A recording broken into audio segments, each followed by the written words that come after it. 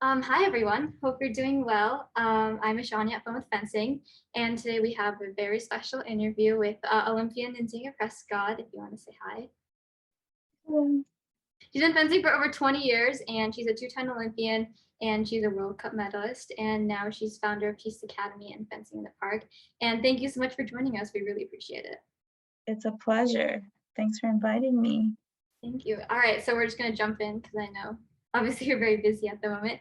But we just wanna, quickly delve into, the beginning of your fencing. So how did you really like get into fencing? I started fencing at the Peter Westbrook Foundation. My mom heard about fencing. She read about it in a newspaper article about the Peter Westbrook Foundation. And so she put my sister and I in the program. And then I started training with Bucky Leach soon after. Peter paid for my training, and that was that. That's how I started fencing. Yeah, and then obviously you've had a very like illustrious career. So is like, was there any point where you were like, this is unreal, or like it was a moment where you kind of made yourself like speechless?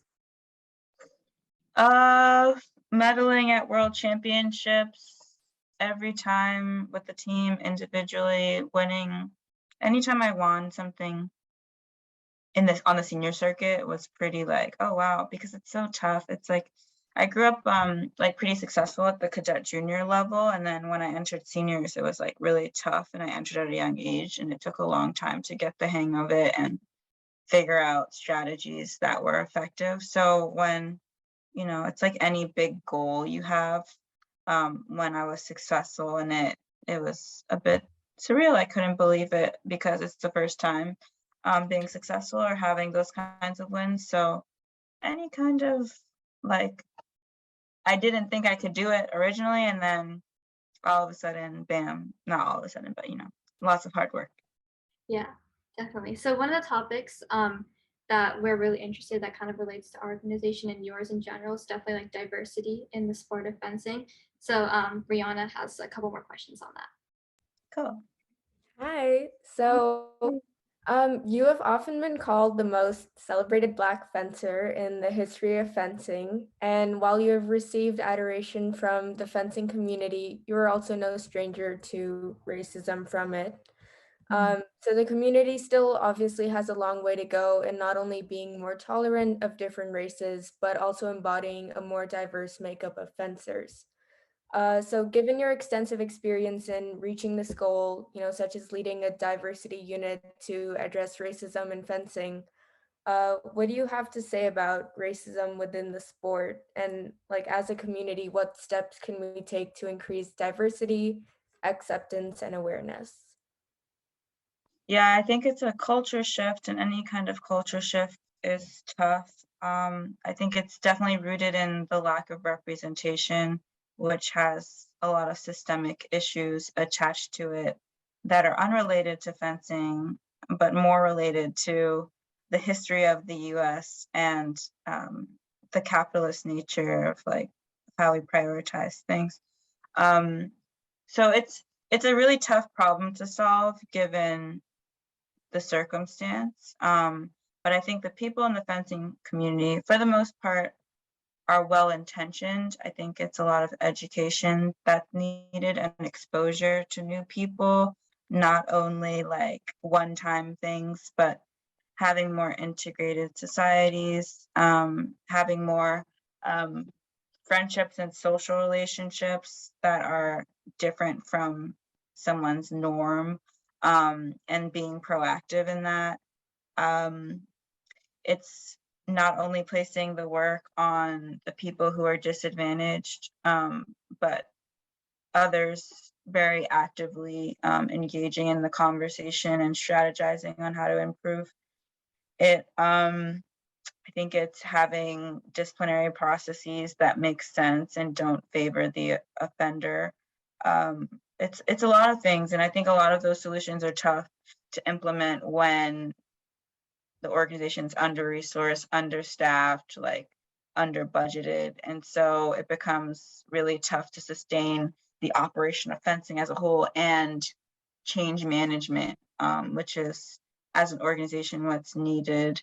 Um, so yeah, it's a lot of things. I think for me, my solution has been to build community of my own, and yeah, be in influential positions and in conversations where you can have input and like be a voice that advocates for that group. Because I think that's another issue. Like a lot of this work falls back on volunteers and governance that are unpaid roles. And so like then it becomes a factor of who has the time and energy to commit to those types of unpaid positions and do that work and be involved in that way. And so then that becomes another barrier to change because it's unpaid work a lot of the time, especially at in Olympic and Paralympic sport. So it's a lot of reasons why it may continue, but I think the organization is making effort to change, and so I respect it. And you know, everyone's human and makes mistakes, and you know, I think there, I'm glad to be involved in the conversation. It's also a lot of my energy, and so no, I don't necessarily feel compelled to make it my life, but you know, it is, I do feel like I have the experience to inform change, and so it's just how much can I take of my energy going towards that. So especially when, you know, you can do work inside the organization, you can do work outside the organization. So it's just like picking where your priorities are, and I'm still figuring out, you know, how I want to use my energy and time and knowledge and experience. So that's how I feel. That's great. And you're part of the like USA Fencing board of Yeah, directors, right? yes, I am. Yeah, I am. All right, great. So following the topic of diversity, let's talk a bit about women in fencing. There is a clear gender disparity in terms of participation in the sport, and in fact, at times this gap has been so extreme that the number of male fencers was twice that of female fencers, meaning that women only made up a third of all fencers. So what do you think may be the cause of low female participation in the sport, and how can we increase these numbers and empower women, especially young girls, to fence? Yeah, I think it's not an issue that's particular to fencing. I think that stat is like across sports where girls are twice as likely to drop out of sports by age 14.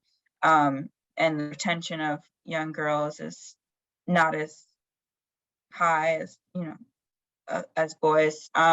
I think it's a fact, like again, a cultural thing. It's like, who are your role models? Who's elevated and celebrated in media, socially, like Instagram's algorithm, like, you know, that's what, you know, informs decisions of young people a lot of the time now, social media. And so I think it's not the most it's not the most um celebrated path for young girls. And so I think more role models, more female coaches.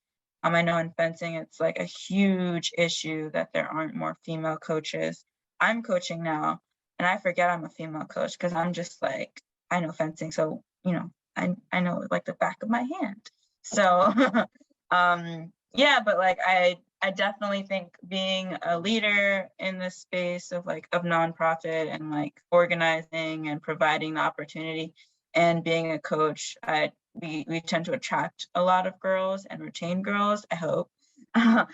Sometimes it's a challenge still, but yeah, more female coaches, more female organizers, more targeted outreach to girls can help with that. And then like as a society, like a societal thing, more promotion and celebration of strong women who aren't, you know, prized for aesthetics only, but for their strength and power and capabilities as people, whether that's, in sport or in science or in astrology, like, I don't know. So I just think having a wider value system for how women are regarded and celebrated is like core to the issue. Yeah, definitely. Thank you so much for such an insightful response. Last question related to diversity is, when talking about fencing and diversity, socioeconomics is a crucial aspect to consider. And fencing can be very expensive, as you may know, with having new pay for training, equipment, and competition. Hence, a majority of fencers do belong to wealthy upper middle class families, while there's inadequate representation from underprivileged, under-resourced communities. Could you tell us a bit about your work in these organizations, and also through leading them, have you developed any ideas about how to increase accessibility to the sport, especially for those with lower socioeconomic backgrounds? Yeah, again, this is a systemic issue. This is not something one person can solve. I think it's a policy. It's a policy. You have to go to the root of the issue. In France, you get it's 350 euros for a year of fencing training, pretty much equivalent to like $15,000 of lessons and training in the US. So it doesn't have to be that way. I know fencing clubs are exorbitantly expensive compared to other sports, especially, but other sports are still pretty costly. You have to pay for that education, like for that instruction. And so that by nature of that, it excludes like a majority of the population. Families' disposable incomes is like, to make the decision to spend that disposable income all on sport, or like to even have that disposable income is not so common. And so that's what ends up happening. You have the upper echelon of wealthy families doing privatized, competitive, organized sports, getting that quality sport instruction to get to the highest levels, that then you then have access to the scholarship, the college, the network, all that stuff, the high performance training. It becomes a matter of like not fencing, but just you have to pay to play a sport. And so that's a policy thing, in my opinion, not opinion, but I think it's just fact. Like France, it happens in France where you can spend that little bit of money or that smaller amount of money to play a sport at a high level. It's just how we're set up as a country and what we value in our society. So it's to me, to resolve that, it's a policy thing. All right, thank you. And I know that you do to like help underprivileged communities. You want to tell us a bit about your work with those organizations and like what inspired you to start them? Sure. Yeah, I started fencing in the park in 2020. So 2 years ago now. Now we're in our third summer. It's evolved quite a bit. So we now operate 5 programs, fencing in the park, which is our introductory program. We have an academy, which is most like a fencing club. In the academy, we also offer educational enrichment, so one-on-one tutoring, chess. We do a range of educational extracurriculars and rotate through them. We just recently started a wellness component, which is really awesome. We do school programs and we do community clinics. So we're pretty wide and broad as an organization, and we offer our programming at no cost to families, so to make it more accessible. So it's really, solving that issue that you mentioned of the high cost of participating in fencing and sport more broadly. So that's our mission, to increase access to sport, but really to education, because I see sport as a form of education and character development. So it's a community attempt. It's not wide scale. We're not serving the whole country doing that. You can't serve so many people doing free programming. It's can't serve the whole entire city doing that. To serve the whole entire city, the city would have to change how they regard sport and like their budget. That's, one organization can't do that, but I mean, advocacy can do that, legislation can do that. So, that's another angle to attack the issue, but PISTE and fencing the park is more local at resolving that. Wow. Okay. You are amazingly inspirational. Thank you so much for sharing your work with these organizations. Yeah, and I think a lot of the students we teach would also be interested to hear from you the emotional highs and lows of fencing and how you've dealt with them. So one of our team members, Thea, has some questions related to this. So I'm going to Cool. pass it to her. Yeah, hi. So my questions were there any moments when you felt others' expectations exceeding your own? And in those moments, did you have any like fear of disappointment? I don't pay attention to other people's expectations of me. I've really pushed myself to, challenge my capacity and like my limits and how I can do things. And so I think the disappointment I felt is self-inflicted at times. And honestly, I've learned fencing became more recreational and not recreational, but it became more of a job. I was in a routine of like training, so my training and competing and doing that cycle routinely, and so I feel like I had a lot more fire when I was younger. But yeah, always I feel like when I was on my way out of fencing, it was the team events that really motivated me to fence my best, because now there's people in the box depending on me to win. I think it's just a matter of like being in something for so long. But yeah, when I was younger, I put a lot of pressure on myself to do well. But I honestly, my challenging times were at practice. That's when I really pushed myself to spend the time and be committed to learning the skills of fencing, the technical pieces, the strategy, to visualize like how to improve and how to figure out like how to make a touch work against a specific opponent. Yeah, I spent a lot of time thinking and figuring out like what I could do differently to change my outcome and keep growing as a fencer. And so that was always like the most fun of it, just like expanding my game and like how well I can execute it, making good decisions on the strip, being smart, while also like maintaining my physical condition. I think both parts of that were like really stimulating to me, and it made me feel fulfilled and like I had a good day's training. I worked really hard today. I feel good.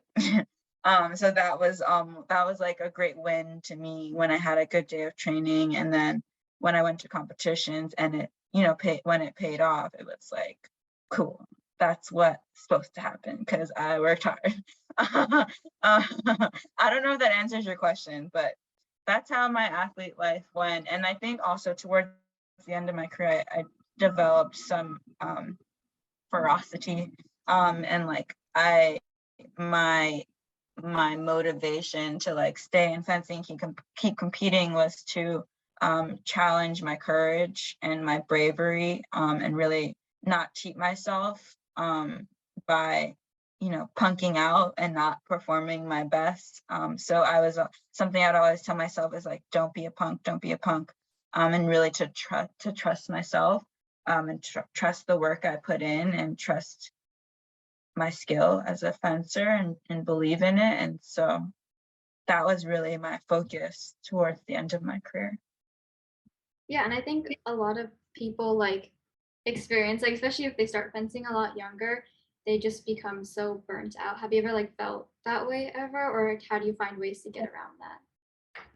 Yeah, I mean, in anything you do, I think you get burnt out when you don't have balance. Like I think lack of balance leads to burnout. So I think my body burnt out. But I felt like I was my energy and like my intention in fencing, honestly, was pretty good through my career. I think I always balance with school or work. I started in consulting in 2016.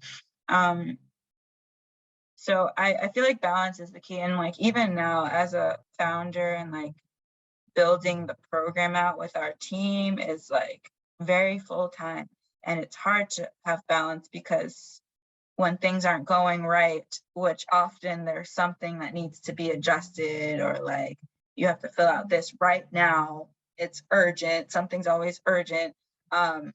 So with that, I think, it's tough to have balance because it all falls down on you when when something needs to get done. And so that's hard because I think it's hard to avoid burnout with that type of responsibility. So I'm aiming for balance, and the way you have balance as in this role of being like the leader is to delegate, to build out your system so that you can hand off an assignment and like document your process so that someone else can follow it, and it's not just you in your head who knows how to do all the things.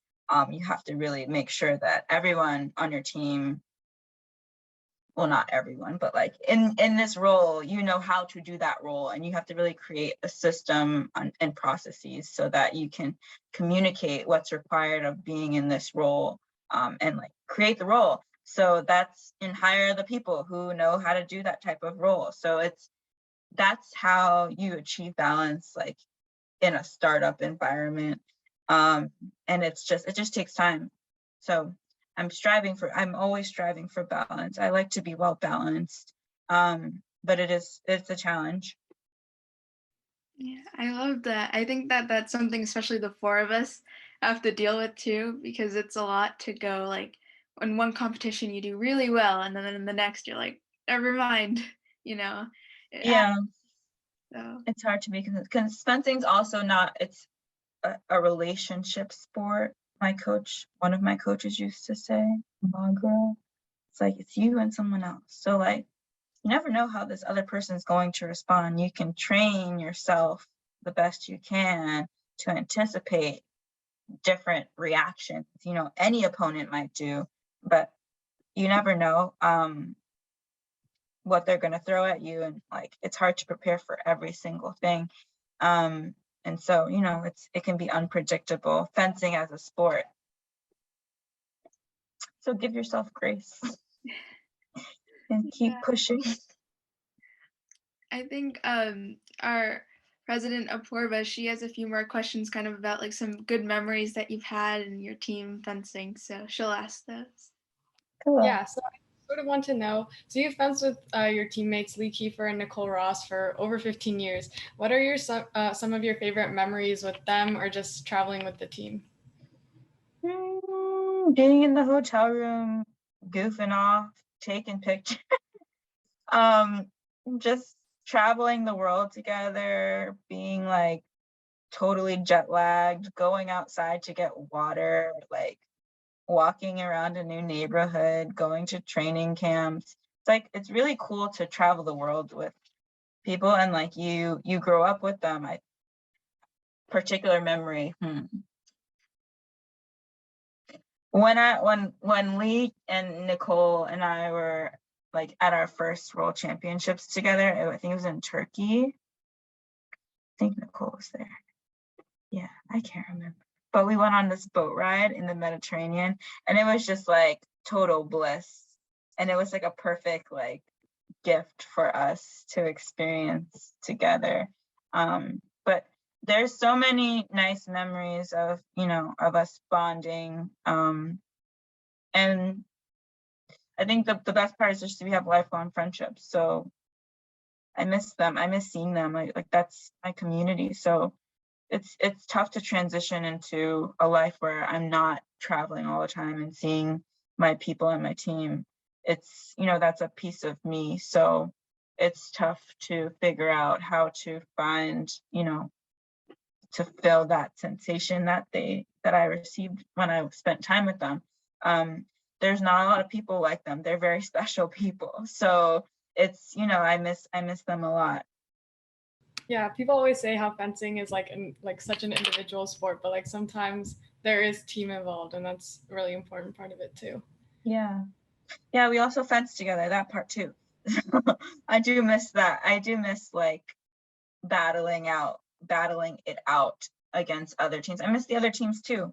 You know, that's part of the community too. And like I think that's, you know, when I teach the kids, it's like respect your opponent and thank them at the end of your bout because they gave you an experience and a great memory, even in a practice bout, you know, like you wouldn't have had that opportunity to have this exchange of emotion and skill and technique and strategy who aren't for the other person. And like, you like fencing, don't you? So thank them for giving you that experience. It's like, you know, your opponents are, I miss my opponents. I miss seeing them, you know, and you grow up together because you see each other. I've been traveling since I was 14. So, you know, I saw them like 12 times a year for, you know, a pretty long time. So it's a miss, you know, it's a loss. Are you still in touch with Lee Kiefer and Nicole Ross? Yeah, I saw Nicole. Nicole came out to the first weekend of fencing in the park, which was great. She comes out often to volunteer. And Lee, when was the last time I saw Lee? I speak to her often, usually on Instagram. We just like check in really quickly or comment here and there. But I'm hoping to see her later this year. I want to give her an honor, an award for her gold medal, which is amazing. So yeah, I hope to see her soon. It's tough because life is like, you have schedules to be. Everyone is like, you know, on the go, and we're all hired cheaters, and so, you know, that affects your schedule. Yeah, so the next question I had is, what's your favorite memory from PISTE Academy or fencing in the park? When they interact and have like new relationships that they haven't exposed to before, when they see like the level of performance that other kids have and then they're inspired. It's like any other thing, you know, you leave your environment and you're like, oh, this is like the standard here, and then you plant a seed of like, oh, maybe I should like be more dedicated or stop talking at practice and bend my knees more. So I love that they're, you know, their eyes like open and they're like, oh, okay, they see the world. They're exposed to other people, you know, operate in a bit different way. So, and that's inspiring often. So, and it's an exchange. Like our kids, you know, have different assets that the other communities don't necessarily have. So it's really nice to see the interaction of community, especially in the park too, like volunteers coming out to where I grew up, like deep in Brooklyn. They've never been before, and showing them like where I grew up and like them being part of that is pretty cool. And then the last question I had is, who do you hope to inspire, and what advice would you give to students that are just starting fencing? Who do I hope to inspire? I guess my students. I really don't think of it as like, I forget that I'm like someone that inspires. I'm really just like, I'm in the weeds, you know? I've always been in fencing too. When I was a fencer, it was like, it's like a byproduct of being that person. But I really do, especially I'm turning 30 next month. So I do think I need to embrace this role as being a role model, and being cognizant of like, that I do have the power and capabilities to inspire people, and being more intentional with that in like my person and how the decisions I make and how I spend my time. I think being a founder and like being, you know, having heavy responsibility in the program, sometimes I was just on a Google form like, the settings on this are wrong, like toggling, because we sent out a parent survey, and like I'm like trying to do the tech things, but like really that's someone else can do tech things. I'm unique in that I can inspire. So I need to like really internalize that and accept it and like behave accordingly. So and I haven't always done that. And that's like a downfall of not knowing your power. You don't know how to use it well. So I'm trying to learn my power, trying to get everything situated to do that. But you know, that's something that's important to me. I think I've realized is something I can do better. So what I want to inspire, I have a good response for that. I want to inspire, I always felt like I was a little bit of a misfit. So young people who don't feel like they fit in, value what everyone else says you should value and feel like they're a little different. I think I'm a role model for them because I chose the path no one traveled. And when I was growing up in elementary school, no one's fencing, no one's doing fencing, no one was doing organized sports, like boys, girls, like no one was going out to compete at nationals at 10 years old. Like I was the only one doing anything remotely similar to that in any kind of program that had the opportunity to do that. So just like inspiring high performance, and like having big goals and big dreams is, you know, something I care about.